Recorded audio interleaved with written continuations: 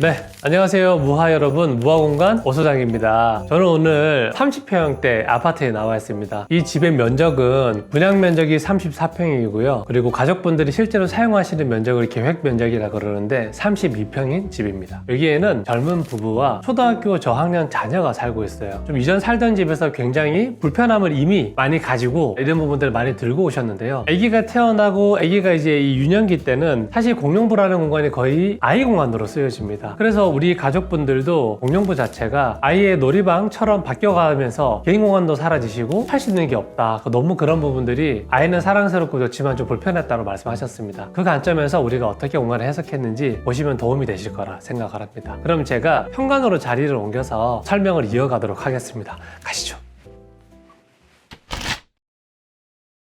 네, 여러분 여기는 현관입니다. 30평대에 맞는 큰 아담한 사이즈의 현관의 크기였어요. 어두운 것에 대해서 좀 불편함을 좀 많이 느끼셨습니다. 특히 이제 이런 색깔들 우드 필름이 되어 있었고 삼연동 중문이었었는데 굉장히 어두운 컬러였어요. 바닥도 패턴이 약간 좀 화강강 느낌의 타일이 붙어 있다 보니까 좀 깨끗한 톤으로 밝게 만드는 것에 중점을 뒀었고요. 신발장 같은 경우에는 하부 띄움으로 이렇게 제작을 해서 넣었고요. 이 반대편 벽면 자체를 이 거울을 살짝 매립을 해서 만들어 드렸는데 문짝에도 저희가 거울로 많이 만들죠. 장단점이 좀 있는 것 같아요. 문짝 같은 경우에는 이제 바닥에 띄움 시공을 하게 되면은 딱 제가 섰을 때 발목이 살짝 잘리는 부분이 있어요. 신발 신은 내 모습을 잘 못 보는 경우가 있죠. 그래서 바짝 벽에 뒤로 붙어야 신발 신은 내 전체 모습이 보입니다. 근데 이런 매립형 거울 같은 경우에는 제가 앞에 딱 서면 가까이 서던 뒤로 서던 내 전신이 한 번에 보인다. 이거는 되게 사소한 것 같지만 사용을 해보시면 굉장히 유용합니다. 주방에서 제가 드릴 말씀이 좀 많은데요, 제가 자리를 옮겨서 설명을 좀 해드리도록 하겠습니다. 가시죠.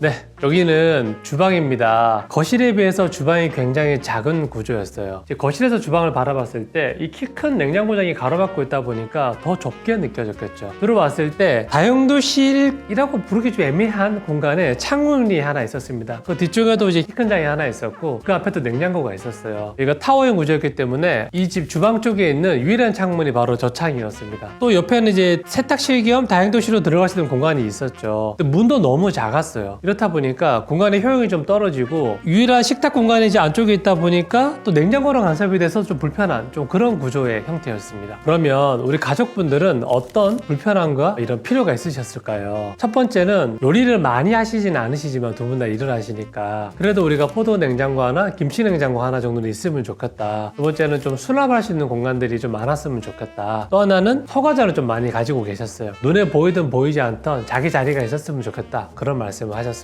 어떤 해법을 드렸을까요? 거실에서 바라봤을 때 상대적으로 거실보다 주방이 굉장히 작은 환경에서 냉장고 장 자체가 이 주방을 가로막고 있으니까 시각적으로도 물리적으로도 굉장히 좁게 느껴져서 저희가 냉장고의 위치를 바뀌었습니다. 그러면서 자연스럽게 가열대의 위치가 자리를 이동을 했죠. 거기서 뭐 조금 더 나가서 상부장 자체를 저희가 조금 상이한 다음에, 왜냐면 상부장을 따라 나와도 되지만 측면이 보이게 되니까 이 부분들을 좀 개방감 있게 가져가고 싶다고 하셔가지고 저희가 독립형 후드로 만들어 드리고 상단이 좀 개방되어 있어서 조금 더 열려있는 듯한 느낌이 나게 그렇게 설계를 했습니다. 그 다음은 공간이 창문에 면해 있긴 했으나 좀 비효율적인 공간이라고 말씀드렸죠. 찌글찌글 꺾여 있다 보니까 이 기준선을 만들어서 공간을 좀 딱 정확하게 공용부와 이어지도록, 그리고 안쪽에 기능 공간이 생기도록 정렬을 했습니다. 공간이 이렇게 딱 정렬해서 나누다 보니까 바로 팬트리 공간이 생겼습니다. 또 팬트리 공간의 위치도 되게 중요하죠. 또 기준이 뭘까? 지금 공간 자체가 창문이 있었다 말씀드렸죠. 창문을 침범하면 안 되니까 창문 끝선에 딱 맞춰가지고 제가 팬트리를 만들어 드렸는데 1550에 1000 정도 되는 크기입니다. 굉장히 다양하고 많은 수납을 할 수 있는 그런 공간이에요. 저희가 신의 한 수가 있었습니다. 바로 뭐냐? 다용도실이에요. 제가 다용도실을 공간을 새로 분할하고 정렬해 드리면서 위치를 딱 잡아 드렸는데요, 제가 우리 가족분들께서 냉장고가 포도 하나, 김치 냉장고 하나가 필요하다고 말씀드렸었죠. 아니 이 포도 냉장고야 기존에 있었던 위치를 뒤쪽으로 옮김으로써 자연스럽게 해결을 했는데 김치 냉장고가 어디로 갔을까? 팬트리 구획된 바로 옆에 옆에다가 살짝 밀어넣어서 김치냉장고 공간을 만들어 드리고요. 그 뒤쪽에는 오히려 하부장을 만들어 드렸습니다. 또 상부에 선반 렉이 있다 보니까 상하부 다 이렇게 수납으로 사용할 수 있겠죠. 끝이 아니에요. 그 조그마한 하부장 아랫부분에 저희가 로봇 청소기 주차장까지 딱 만들어 드렸어요. 알아서 왔다 갔다 하겠죠. 이 경계점의 가장 큰 기준은 바로 그 창문의 위치예요. 이 창문을 침범하면 안 되니까 그 창문의 경계점에서 냉장고는 앞으로 튀어나와 있지만 뒤쪽이 개방되어 있기 때문에 창문을 열고 닫으면서 전혀 불편함이 없습니다. 30평대 사시는 분들이 애가 하나라도 있으면 수납 공간 자체가 굉장히 부족하다고 많이 느끼시는 것 같아요. 여러분들 이거 잘 아셔야 되는 게 집이 크다고 해서 수납 공간이 많은 게 아닙니다. 방이 하나 남으면 창고처럼 변해버리잖아요. 근데 수납이라는 것은 사실 내가 사용하는 주 공간, 주방이면 주방, 거실이면 거실, 필요한 공간에 적절한 필요에 의거한 수납 공간들이 따라갔을 때 저는 집이 이제 깨끗해지고 정렬이 잘 된다고 늘 생각을 합니다. 그래서 30평대 사시는 분들은 이 주방 거실 공용부 자체가 이런 잘 기획된 수납 공간이나 수납 장들이 없기 때문에 다들 수납을 어디 세워놓거나 되게 혼란스러워 하시는 그런 부분들이 있습니다. 저희가 이번 프로젝트를 통해서 공간을 잘 정렬하고 기능을 잘 부여를 해서 수납도 늘리면서 굉장히 축이 잘 만들어져서 집이 정갈하고 깨끗한데 기능적인 집이 되었다고 저는 생각을 합니다.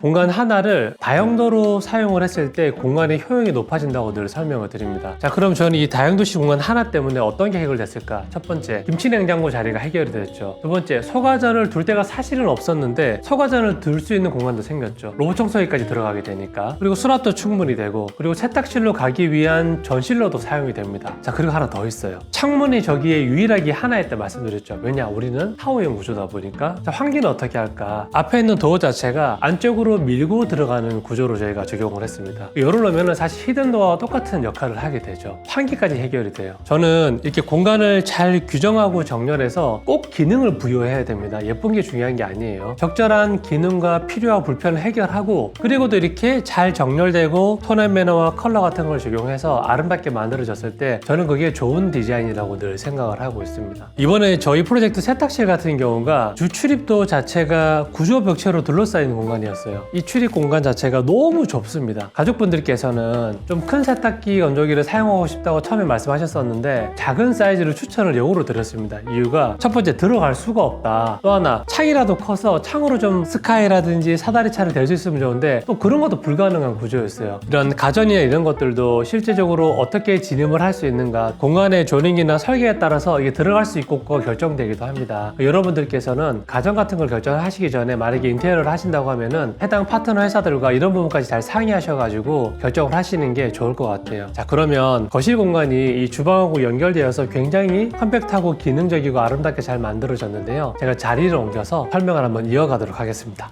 가시죠.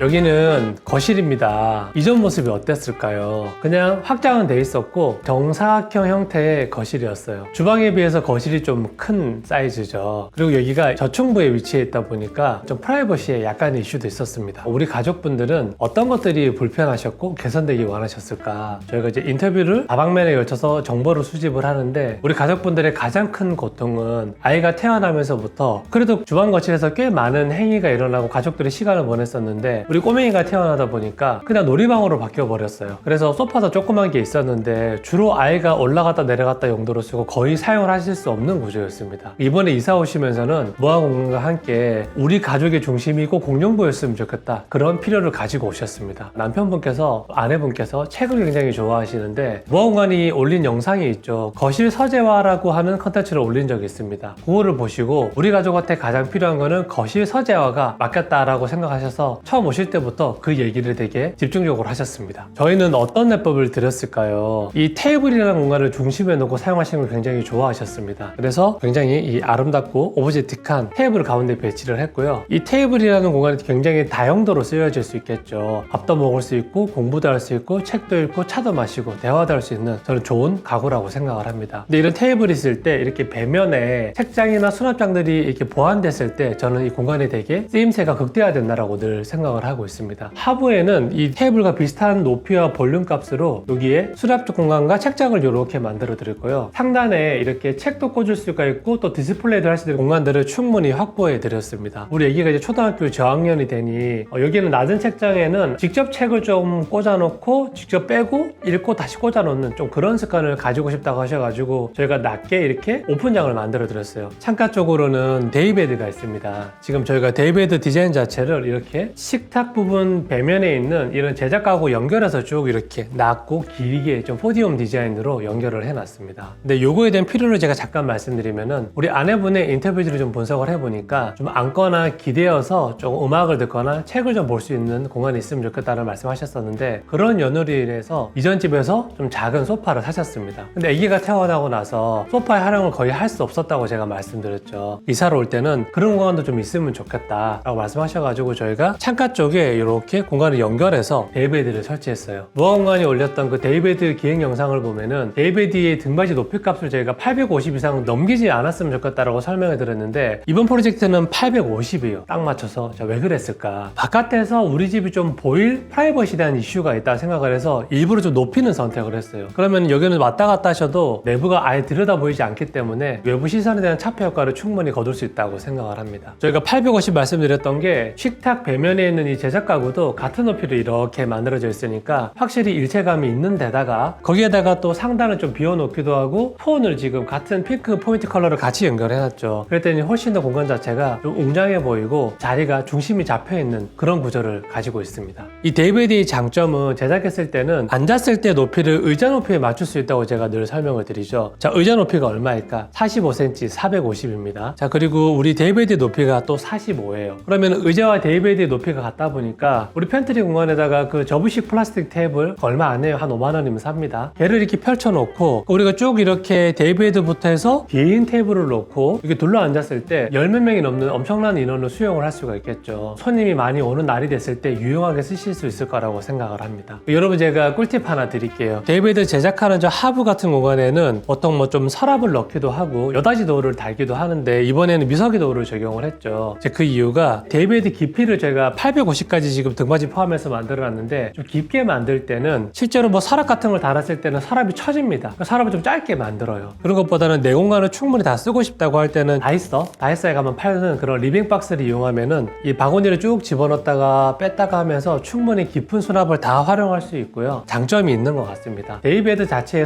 수납량보다는 좀 시각적으로 봤을 때 저런 미서기 레일이나 저런 것들이 보이는 게 싫다 이런 분들은 여닫이로 하시고 대신에 문짝 자체가 낮고 이렇게 길어질 테니까 열어놨을 때 좀 불편함은 있겠죠. 그런 것들은 내가 뭐가 더 중요한지 선택에 의해서 충분히 적용할 수 있다고 저는 생각을 합니다.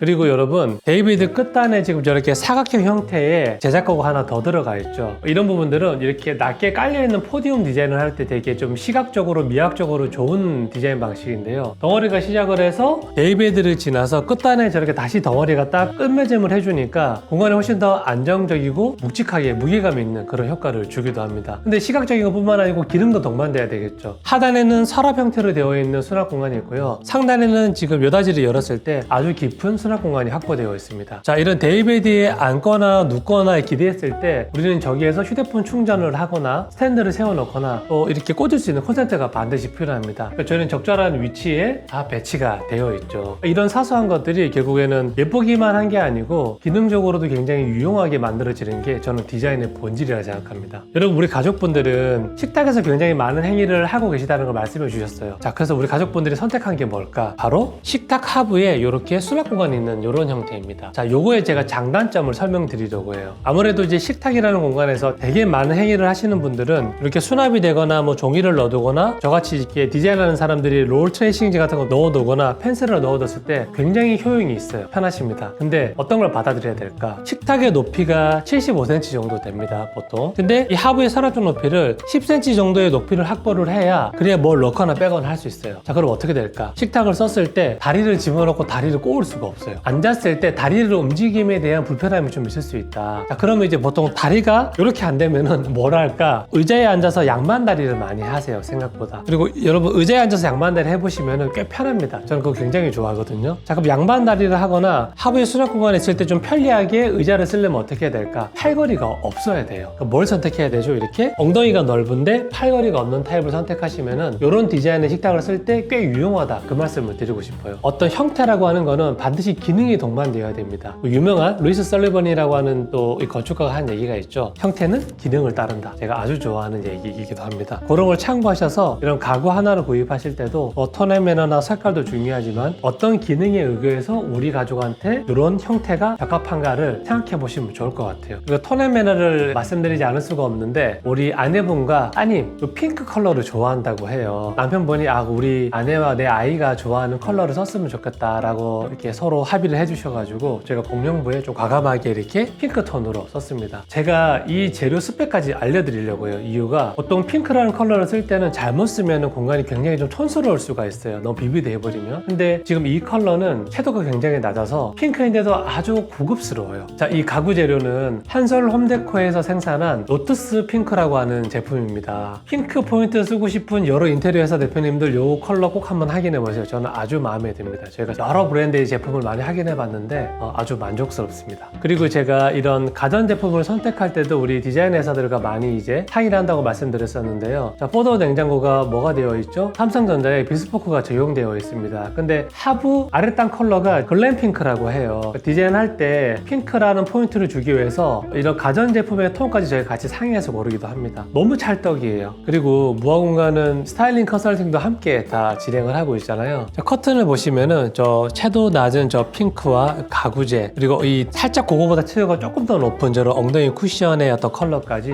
전체적인 톤들이 굉장히 사랑스럽고 또 고급스러운 느낌을 주는 것 같습니다. 자, 그냥 끝내면 아쉬우니까 제가 다른 이런 배치, 이런 알터네이션도 보여드리잖아요. 이제 하나 더 말씀드릴게요. 우리 가족분들은 테이블이 중심이 되는 생활을 원하셨고 좀 앉거나 눕거나 기댈 수 있는 저런 데이베드의 역할은 얘가 주고 제가 부죠. 또 이런 분들이 있을 수 있겠죠. 나는 테이블보다는 좀 리클라이닝 기능을 할 수 있는 아주 푹신한 소파와 TV를 반드시 봐야 된다. 자, 그분들을 위해서 제가 다른 배치를 하나 더 준비했습니다. 첫 번째는 주방, 저 후드 있는 가열대 있는 앞쪽으로 식탁을 배치를 하고요. 공간의 역력성을 위해서 제작 벤치 같은 것들을 활용해서 식탁 공간의 존을 이렇게 나눠줍니다. 자, 그럼 뭐가 되겠죠? 지금 책장으로 만들어진 이 공간이 허리를 파가지고 커피 존이나 이런 홈바를 만들어도 되고 굉장히 다양하게 우리가 설계를 할 수 있겠죠. 그러면 어떤 장점이 있을까? 주방 영역이 굉장히 커 보이는 장점이 있겠죠. 자, 그러면 파티션으로 영역을 그은 그 안쪽에 아주 깊고 푹신한, 예를 들면 뭐 가사 알레시스의 그 네스트 소파, 저희가 지난번에 잠깐 소개해드렸습니다. 제가 이사 가려면 그거 살려고 그러거든요. 너무 편안해서. 그래서 푹신한 이 소파를 배치를 하고, 또 반대편에는 TV를 놓을 수 있겠죠. 그러면 이제 이런 배치들은 나는 소파의 그 푹신한 느낌을 가지고 싶어, 그리고 나는 TV도 꼭 봐야 돼, 이런 분들한테 굉장히 적합한 배치라고 생각을 합니다. 자, 이런 것들도 지금 화면에 나갈 텐데 참고하셔가지고 우리 가족한테는 이게 더 적합하다 하시면은 충분히 한번 활용을 해보셔도 좋을 것 같아서 제가 소개를 해드렸습니다.